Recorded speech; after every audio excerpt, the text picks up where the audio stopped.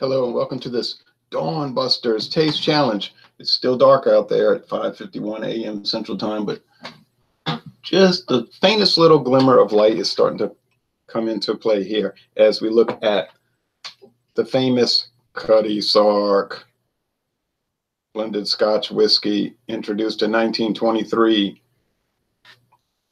95 years ago. Yeah, it's 80 proof now, age not determined or listed. It used to be, I think, 86 proof like so many others, but it got dropped down to 40% alcohol. Green bottle. They've changed the label over the years. They've revamped their website. The old website used to show all the different labels. They had like or apparently they still have a collection of bottles. But the website's been changed. And somebody was showing a Cutty Sark single malt specialty, which they don't list on their website, but I know they've made other specialties over the years, which you may encounter. But the website just talks about the Cutty Sark and the Prohibition, which is a higher proof version, 100 proof actually. Pretty good, huh? All right, so we're gonna put this up against the Piperdean. John Anile thought I was talking about 100 Pipers. He thought 100 Pipers and Piperdean was the same thing. I said, no, 100 Pipers is an actual brand, that has been on the market since 1965. And Piperdean is just a store brand trying to mimic an actual brand that's been on the market only 2 years. It's made for Albertsons. I don't expect Piperdean to stand a chance against the Cutty Sark. And Cutty Sark is not exactly that great. Hello, Ron. Glad to see you. How are you? Says Maxwell. I'm fine, actually. Thank you, Maxwell. Let's see. There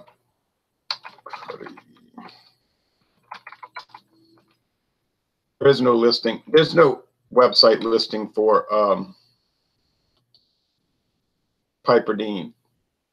It's not listed on Sazerac, and Albertsons, they don't really list their liquor since most of their stores don't sell liquor unless you come to a more liberal state like Louisiana. I mean liberal in the old sense, less regulatory. I don't mean liberal in the modern sense of socialist, highly regulatory. See, those terms mean different things, so you got to be careful with. Okay, anyway, CS Cutty Sark with a beautiful bottle. It's been on sale lately around here, about $13 a bottle. Normally it's about 18, so they've been really. Oh wait, okay. It is showing the bottle. Oh, 4. Let's see.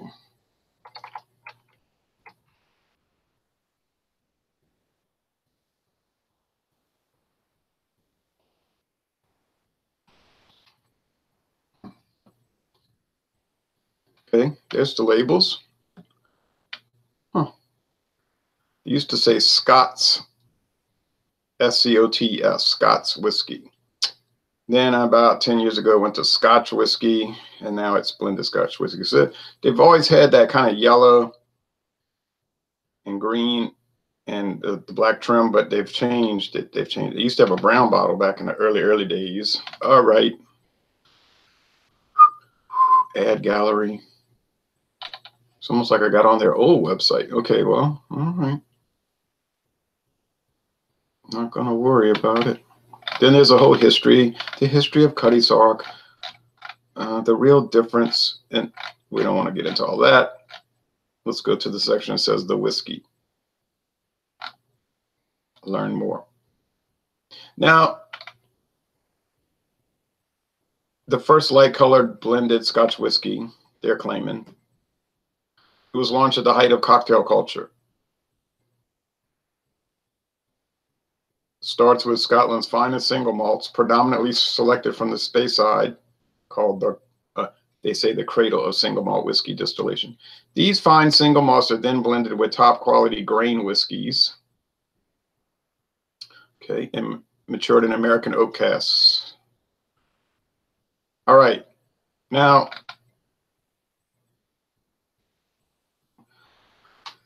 there might be more than one website in the sense that if you get on other people's websites, it'll direct you to different spots. But whatever I was looking at 2 days ago, it was saying this is made for blend. It's made as a blender. Yeah, it was something they were talking about how. Yeah, they were saying this is not made for sitting in the easy chair and thinking upon the events of the day and sipping on it. That's what they're saying. Not a sipping whiskey. It's made for blending. So you can't drink it and say it's bland and then complain about it when the company is telling you what it's made for. Okay. So we have to take that into account. Now, Piperdean, you say, what is that made for? Cheapness. You know what I mean? People trying to save extreme amounts of money, paying $5.99 a bottle. $5.99 against $13.99. I think we know, or even $12.99 in some cases. I think we know where this is going to wind up. Am I complaining about the $5.99 bottle? No, I'm not complaining. Why would I complain? I pay $5.99. I'm not expecting a Johnny Walker Blue Label. I'm not, stupid. Okay, well, right off the bat, we can see that, well, let me sip that just a little bit. We can see that the Cutty Sark is much lighter. It is a straw appearance, and this one is a light gold. Light gold, but still light. Yeah, got my tags correct. I'm going to be careful about that. Yeah, it's got me a little confused. I'm going to have to do some research on the website. It's kind of like Diageo. They have like 4 different websites for the same liquor. Why? I do not know. Edrington Distillers Limited, Cutty Sark. You can get on the Edrington website also, and they'll go into all this stuff. Okay. Would I try the Prohibition one day? Yeah, I would try it. Sure. And then they have an ad gallery, the history of our advertisements. And then you can click the country: Africa, Argentina, Canada, France, Greece, Italy, Japan, Korea, Portugal, Spain, and the USA. And they give you the ads, the 50s, 60s, 70s. No, they did a lot of work to put all that together. I gotta say, gotta give them credit. They ran a lot of ads, boy. Cutty 12. You see, I knew they had some specialties. There it is. Cutty 12 year aged. Well, okay. Not going through all of that, but I would like to look at it one day. 4th, 5th quart. Yeah, you see, 86 proof. That's the old Cutty Sark. 86 proof. Oh, well.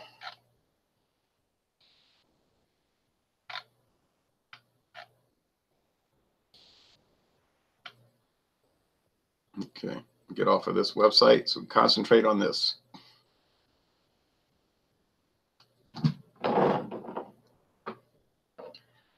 I wasn't blown away by Cutty Sark, like I didn't say, oh wow, it's so wonderful, but I thought it was really high quality. You could tell it's like super high quality. Piperdean tastes like a budget whiskey. Is it bad? No. Is it offensive? I guess not. You get a lot of grain whiskey though in it. Column still grain whiskey. So the aroma is okay. Now when you're just smelling it, it's like, yeah, this is all right. Then you start tasting it and you say, yeah. Grain whiskey. Now I popped open a bottle, or I should say twisted open, a bottle of some American blended whiskey yesterday, and I did a review, recorded it on the camera, so I'll upload it in a few days. It was from Heaven Hill, and it's the oldest American blended whiskey, and it's called T.W. Samuels, and it's been around since 1844. I kid you not. And it's cheap around here, like $7 to $9. But I was shocked, man. That stuff was pretty good. I said, whoa, it's got too much complexity in the nose to be so cheap. And I was sipping on it last night after we did at the end of our beer hangout on Thomas Meadow 75, Eric Fraunfelter's channel. And I kept thinking, they're talking, I'm listening to them, and I kept sipping, smelling it and thinking, man, this stuff's kind of impressing me. But the proof's in the pudding. When you drink these things in isolation, oftentimes they seem better than they are. When you start putting them up one against the other, that's where things begin to break down and the inadequacies are shown. So when I put T.W. Samuels up against, say, like a Seagram 7 Crown, it just might get destroyed. Might get destroyed. It's like Black Velvet. On its own, it was like nice. I was enjoying it. And then I started putting it in the taste challenges. Wasn't making it. And he said, yeah, but they did all that beautiful explanation of the process of how it's made, or I guess it's made in Canada, so the process of how it's made, and all the intricate descriptions of rye high wine and corn high wine and all that. Yeah, but they give fancy descriptions of all their products in Constellation Brands wine and liquor section. They don't really do that with beer. They leave that up to the beer brand websites, but you can get Wild Irish Rose and click in that in their product specifications in their sell sheets, and it'll talk about how complex and wonderful Wild Irish Rose is with the vinifera grapes and all this. And then you taste it and you say, wait a minute. These people are taking creative license with what I'm dealing with. Yeah, well, they do it with a straight face at least. Okay, going on. Let's go. All right, here we go. Now, on the initial aroma, I thought that must be Cutty Sark. You can see, I'm not looking. I don't want to look because it'll be giving it away. I smelled a lot of peat, but then underneath there was a lot of grain whiskey, corn whiskey, just whatever you want to call it, filler, base.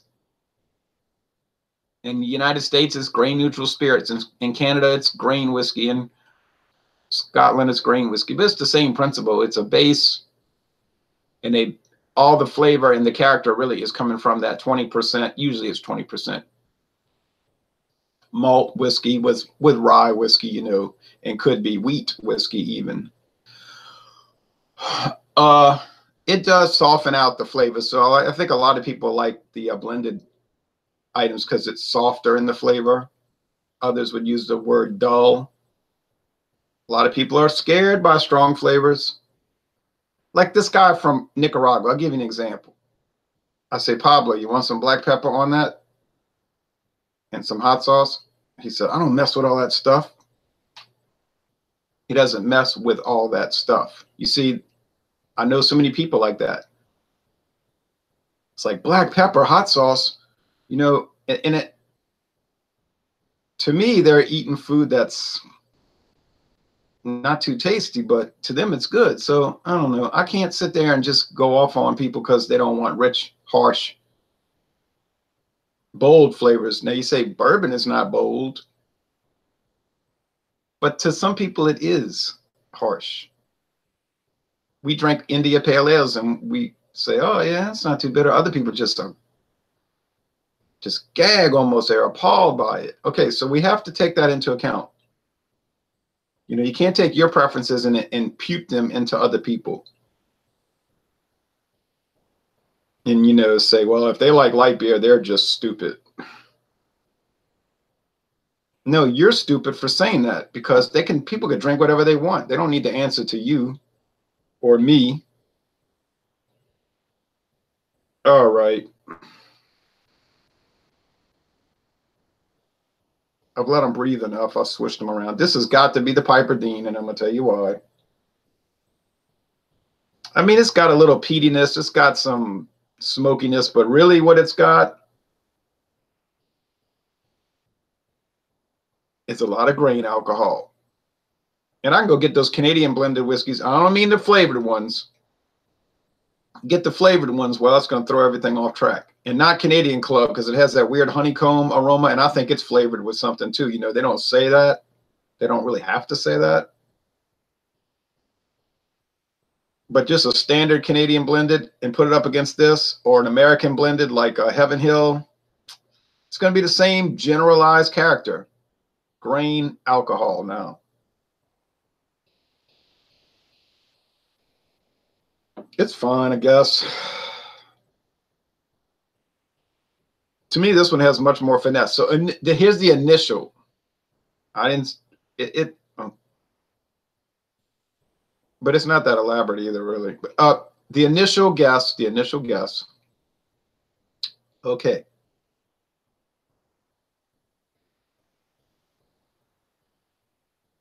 This is Cutty Sark and this is Piperdean. Now the Scoresby didn't do that well up against Piperdean, but you know, I didn't find Scoresby was that terrific anyway. And I don't think Diageo thinks it's so terrific either, because they don't even list it on their website. They're so proud of it, they try to pretend they don't make it. And that goes for a whole lot of other brands that Diageo makes that they would rather you not know they make. And that's why they use these alias names on the bottles. Although the new Scoresby bottles will say Diageo, Norwalk, Connecticut. But they know most people don't even bother looking at that. They're not going to try to do the paper trail. I'm going to track down who really makes this. The people that buy Scoresby buy it because it's cheap. To me, I don't know how many people be so dedicated to that flavor. Why would you have brand loyalty to Scoresby?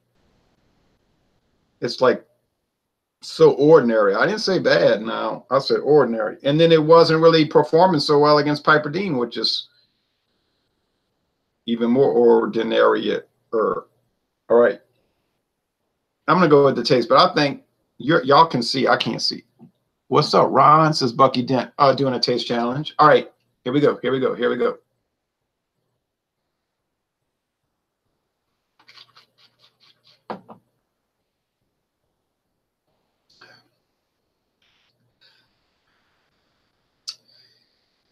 You see, with Cutty Sark, you get the grain alcohol. You get it.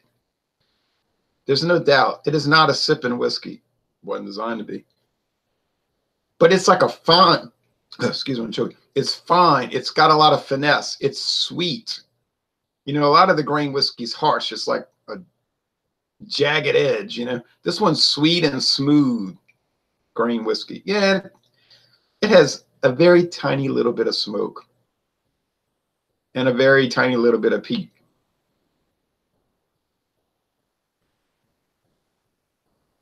So if you're looking for a lot of smoke and peat character, Cutty Sark isn't going to have that. Let's go to this taste.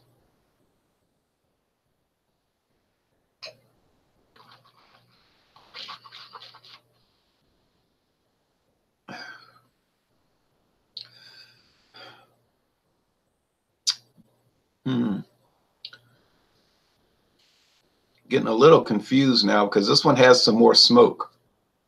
But I believe the Piperdean did have some smoke and peat character, but it just had this overriding. It just like comes in at the bottom of the sip and then it like takes over. The grain takes over and it has a heavier body. I found that the Piperdean is relatively heavy bodied and it's not so smooth. It's a little harsh. Some people like, well, we don't use the word harsh. You know, we say bold, okay, or whatever. Some people like the bolder qualities. It's just kind of like clunky. You know what I mean? Like the sip experience is clunky. And the Cutty Sark is smooth from start to middle to finish. It's not extraordinary or fabulous or anything, but it's smooth, more refined, has more finesse. That's the way I'm seeing it. Could I be wrong? It's possible. Do I think I'm wrong? I don't believe so, but I'm going to give it another taste. Some people might be laughing right now because they can see the shade and I can't, but that's part of the challenge. You know what I'm saying? I did, 11 straight getting them correct, and then I failed the last time. But that's okay. That will happen.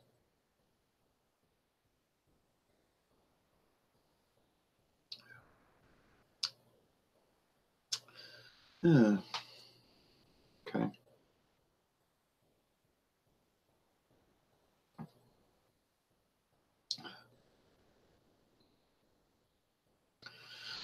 Think about this: $6.99, $5.99 versus $13.99, and in an extreme case, like I think Rouse's had a sale $12.99, which you're not going to see too much, but you could. You just probably won't. So let's say $5.99. It's on sale at Albertsons, like in perpetuity. You know what I mean? It's always on sale for $5.99. It's one of those flim flam things. You can actually get in trouble with the Better Business Bureau doing that because they say it's a scam. Like if something's on sale, it's supposed to be a special price, not the normal price. That's why that pillow company, you know, for the best night's sleep in the whole wide world, they got an F rating from the Better Business Bureau. Not because the people said the pillows were uncomfortable or there was poor quality. It's because they said that they always given a 2-for-1 offer. Like they'll say, oh, it's a special 2-for-1 offer. And then the Better Business Bureau is saying, well, when is it never a 2-for-1 offer? You can't have a special in perpetuity because that's the regular price and you're trying to trick people. And they call that an unethical business practice. And I think they would say that against Albertsons to always have the same thing on sale with a sales tag, and that's always the price. Okay. I've been noticing a lot of sales tags on Cutty Sark. Like, when do I ever go to a store and not see a sales tag on Cutty Sark? I'm starting to think it's the same thing with that. I don't know. And you know what? I don't even care. All right, I'm just pointing that out. But the point I'm trying to make is that I'm not getting a whole lot of difference between these two. I got to say, this is not arguing well for Cutty Sark. You know what I'm saying? It's supposed to be so finesse and everything. And it's not really standing out over Piperdean. And last night I said, it's going to kill it. It's going to be killed. It's going to kill it. Now, the Buchanan's 12-year age, yeah. I'm planning to do that Saturday morning. That's going to be an atrocity, I think. Better be. For that price, but nah, Cutty Sark is not really running away with the show. So these things happen. College football starts tonight, and you'll see a lot of that going on this season. You see it every year. Oh, this great team, and they build them up, and then they barely beat a bad team, so-called bad team, and you say, what happened? Oh, well, they were flat. They didn't try hard. You know, I don't want to hear that. You play the game, play, win or don't play, you know.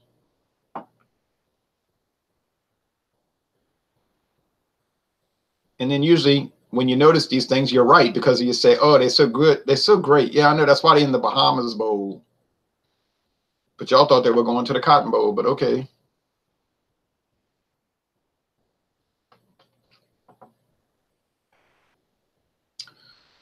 Huh. It's all right. That's about all it is. It's all right. Cutty Sark is all right.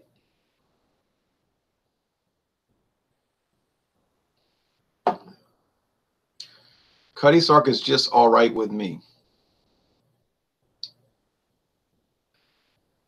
I think this is Cutty Sark, but I'm not. The more I'm sipping on it, the less confident I am. And to me, that's a bad argument. So even if I get it, let's say before I guess, it doesn't win out. I mean, you pay in $8 more a bottle. $8 more per bottle, and it's marginally better. No. In this case, Piperdean wins because one is not outshining the other to any great degree at all. And it definitely not outshining it in an $8 degree. No way, Jose. No way, Joseph. All right. Piperdean. Whoa. And I said, you see, I was hemming and hawing. This is Cutty Sark. Wow. Oh, man. Hey, I'm going to hurry up and erase it and just pretend nobody saw the video.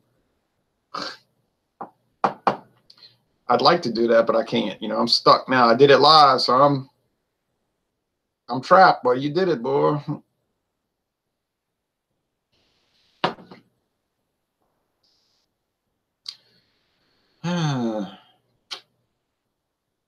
Oh, boy. See, not a lot, but, you know, some video reviewers won't do these live because they don't want to, you know what I mean? They want it all very controlled and slick. You know, it's got to be a slick production. And so errors are edited out. And they have a lot of jump cuts and what. That's fine. I watch the videos. They're usually good, but this is not a slick production over here at this channel.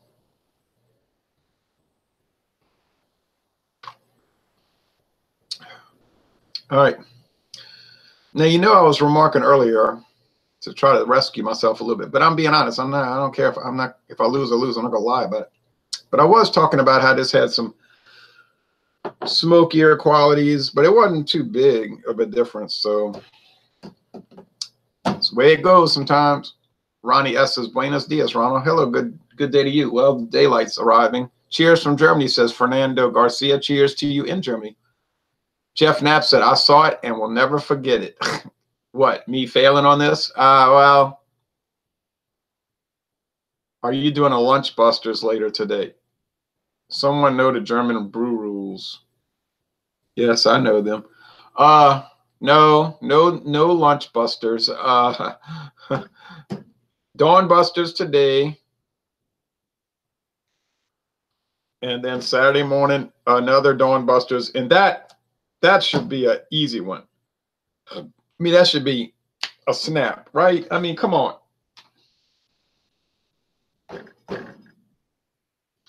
Buchanan's 12-year aged. Should kill it. Last call for Cutty Sark for now. I mean, I've got 80% of the bottle left. So I got a lot more challenges to do with it. It might redeem itself. You know, you never know how these things are going to go. It does have a little smokiness. A little, not much. This, I don't know, man. You might say, oh, you didn't take into consider some factors. That's what screwed you up. There was some variables you didn't take into account. I don't know what those would be. I mixed it. I couldn't tell them apart when I mixed it so well. I had the tabs at the bottom of the glass. I was careful when I poured each in the glass that I got it right. I closed my eyes the whole time there. If I was a cheater, I'd have tried to glance and instantly I'd have known, right? I mean, the Piperdean is obviously darker. And anyway, I'm not here to be defending Cutty Sark. That's not my job. I just drank it. So, you know, maybe the company can tell me why there was some confusion trying to tell it apart from Piperdean, and it should have run away with the show. So, hey.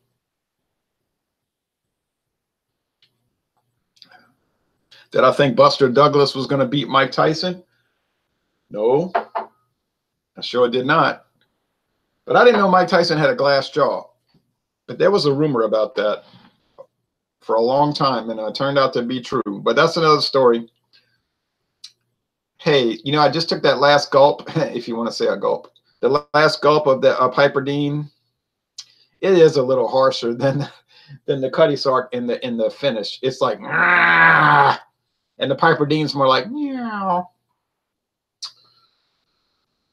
But is it $8 better per bottle? I don't know about that. Fernando says, you know, Lamza is a beer from Poland. Yes, I've done the Lamza videos. Machny, Lamza, yeah, right. I have done Lamza, yeah. Sure have. I think Carlsberg owns that brewery. Didn't they buy them out years ago? Oh, well, thanks for watching this video production. I don't know what to say, but I'm kind of shocked, but that's just too bad for me.